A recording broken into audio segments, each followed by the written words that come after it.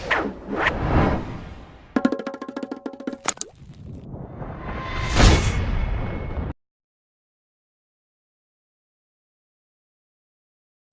up mga Migs? Kaganina lang, nakakita lang ko sa bao karon nga salida nga yesterday, starring by this Indian looking guy nga wala ko kabuluasan ni siya gikan nga actor, but I think singer siya. Okay. Siyempre kaning yesterday kabalo naman gid mo nga it's about the Beatles, mga kanta sa Beatles nga gigamit sa usa ka tao nga in one night murag nakalimot ang tibuok kalibutan sa Beatles. So gigamit niya, and then murag dito na ko nakita nga kaning pwede giday buhaton sa usa ka tawo para lang sa fame, di ba? Nainga na para sa fame, para sa kwarta, para sa iyang achievements, no? Pwede gid siya manggamit og lain. So muna siya ang parang sa tawag ani kaning muna siya ang gist sa story nga kung ikaw ba naaba kay makita nga something imo ba nang gamiton para sa imong self. What if walay nakabalo, di ba?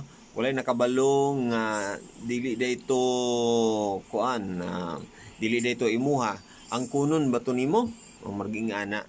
So far very nice kayo nga movie kung if you want to understand.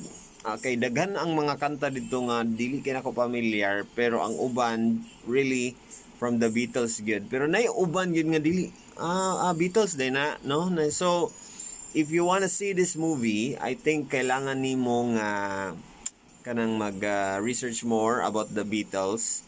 And if you want to see this movie, mas maayo nga kay gusto nako i-search bitaw.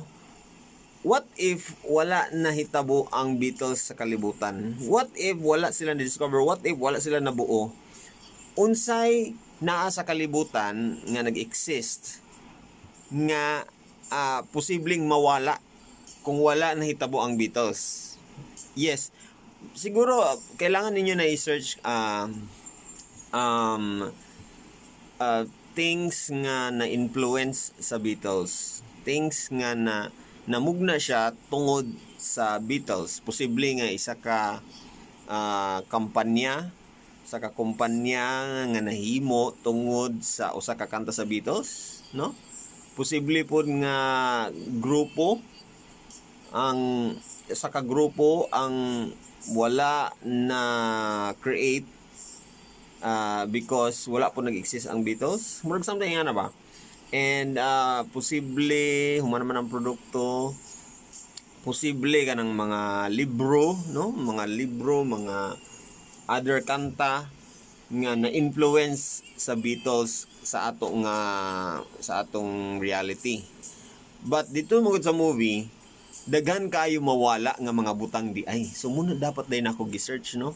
So kung kamo diha, i-search mo na what would not exist if the Beatles did not exist. Okay?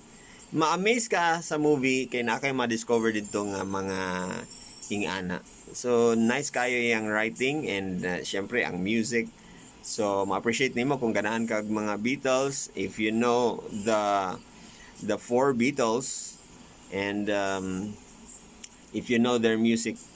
Akong rating ani is 10:10 because ang iyang entertainment factor bisan pag dili kayo nice ang walay graphics kayo mo, para ang sa story is good, the clear ang mensahe, no? Clear ang mensahe, the actors are good, gwapo ang pagka-acting, dili awkward, and kaka-inlove ko sa babae nga si Elle. I think 4 times or 5 times ko nakahilak sa movie. Dagan ko na realize, and it's a good movie. Kailangan tanawon na ninyo na. So 10:10 ang akong rating. Please, mga music minded people, tanaw na mo. Mga artists diha, tanaw na mo. I truly recommend this to you. Malingaw mo ani. So mula sa to mga migs, please subscribe so wala pa naka-subscribe. Road to 3,000 subscribers na po tayo. Kaya daghang salamat sa mga nag-subscribe na. I-share sa inyong mga friends palihog, ha? Thank you. Until the next review, mga migs. Bye-bye.